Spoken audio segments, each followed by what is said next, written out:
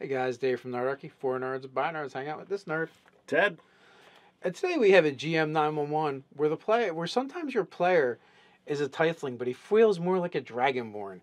How do we make that happen in the game?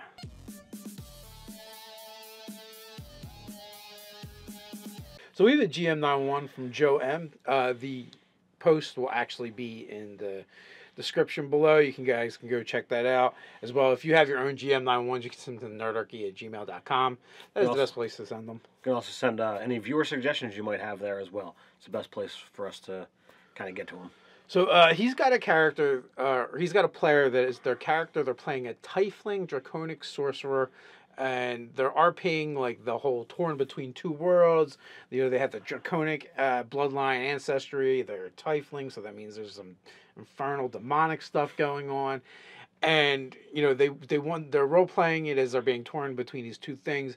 Eventually, what they want is for the character to get rid of the demonic heritage and be fully embrace its draconic heritage. So there's a couple different things that I thought of when I read this particular email, and ultimately it's going to come down to a conversation between the player and the DM and how they want it to come out in game. Now, mechanically and storyline wise, he made a choice as to why he went with the tiefling versus, say, a dragonborn that already is part dragon. So thematically, you could play it out and you could have it just be an RP situation.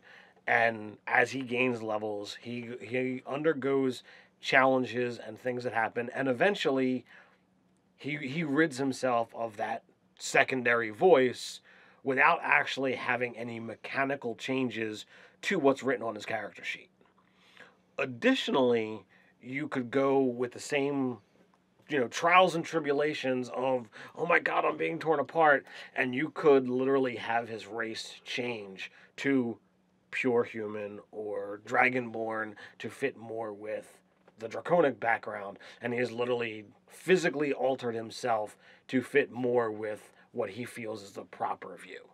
Yeah, I totally agree with you. We're pretty much on the same exact wavelength here. One conversation with player. Is the player goal and the character goal the same, right? This is where we have to determine that at first, right? Do you want to not have access to being a tiefling anymore? Right.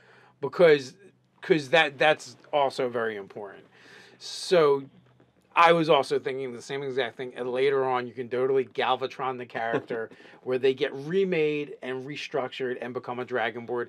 And really, the only thing you would change is, okay, you now have Dragonborn Breath Weapon. You now have your Dragonborn Resistance and your Infinity to Dragons, right? Nothing else really needs to change. That should come out in the story someplace where I don't know that something has to be done necessarily, but at least it should happen. I would say that's pretty cool and significant, so it should probably happen in-game, totally like anime style or something. You could have like a cleansing ritual, you could have deities involved, or it could totally just be a magic ceremony that has nothing to do with divine, depending upon how the actual RP of everything is going through. You could have to contact certain sages or people who have the ability to analyze a bloodline or like do access to mind magic. There's all different kinds of things that could come up that could help this character win a fight. Or win the mental fight. I mean, you could literally have a situation where, if you're not doing a recorded game, or even if you are doing it, you could have a section where the player and the GM meet for a mini session to actually go through this process, unless the other players don't have a problem with a solo fight happening if they're into the actual storyline of what this character is doing. Well, I don't see why it would have to be a solo thing. Like, why not? Like, why wouldn't your friends want to help you? Like, you basically feel like you have this sickness or there's something wrong with you. Like, your friends are going to be like, nah, dude, just whatever, deal with it. Suck it up, buttercup. Well, that's true. You could make it be everyone is pulled into the character's mind. Yeah, I feel well. It's not even into the mind. Like I just feel like whatever's going on. Like well, if you're doing like an inner space type thing where you're like, this all happens somewhere else, then yeah, absolutely. And then there's ways to involve the other.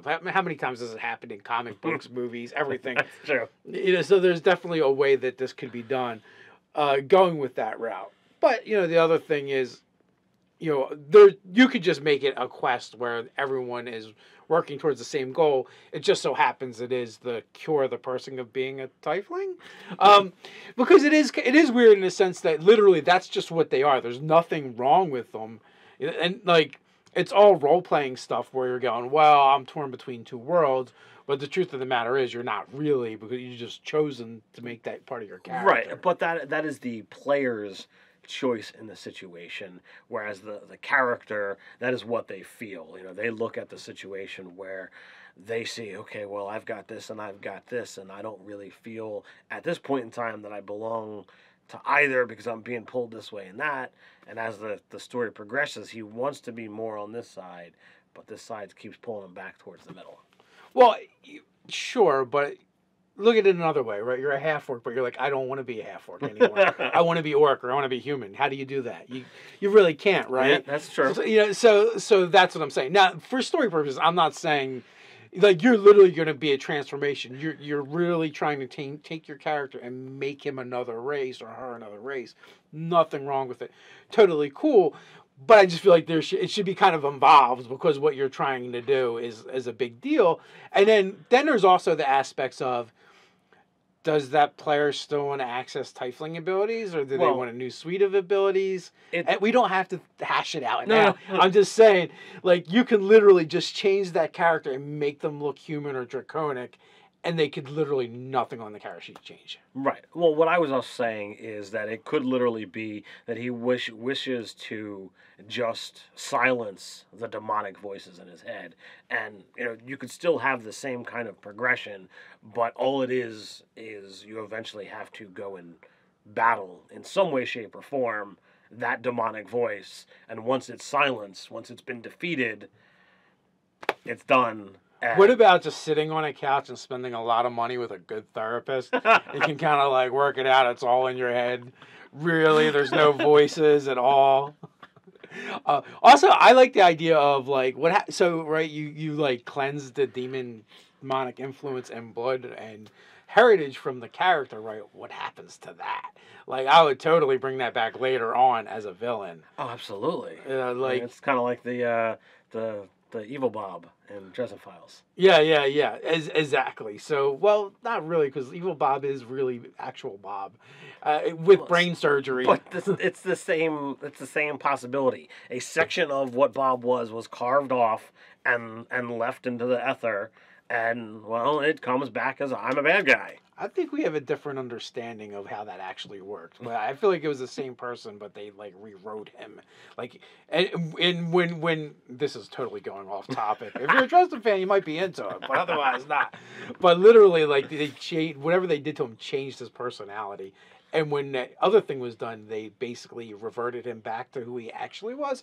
Where this is actually two separate entities, is what I'm talking about here. Well, whatever side you want to believe that the story happens on.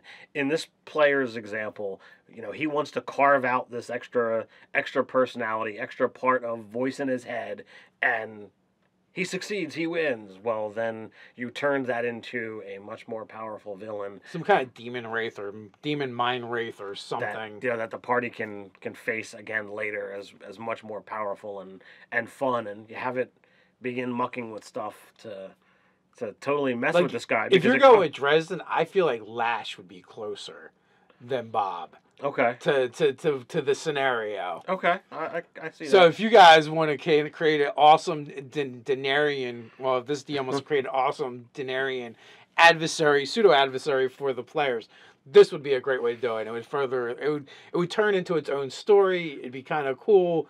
Like, I would like slow boil this one, to have that personality come back and like start messing with the party like slowly, and like try and mess with all the other players first, and leave like the character they were a part of last because either one, they want to either remerge, or two, like they're extra spiteful towards that person. Well, the other players helped this, the party. Oh no, there's a grudge for sure, but like part of the suffering is like he wants this personality wants to punish them first, so that the other it has to witness and see what's going on, kind of like just an extra level sadism or being sadistic. I totally get it. I totally understand.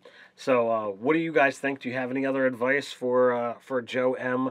I think this is a really cool situation. I'd love to be in this game and see how things unfold. There's a great place to discuss this, and that's down below in the comments. While you're down there, don't forget to like, share, and subscribe. You can tweet at us over at Nerdarchy at Twitter. So until next time, stay nerdy.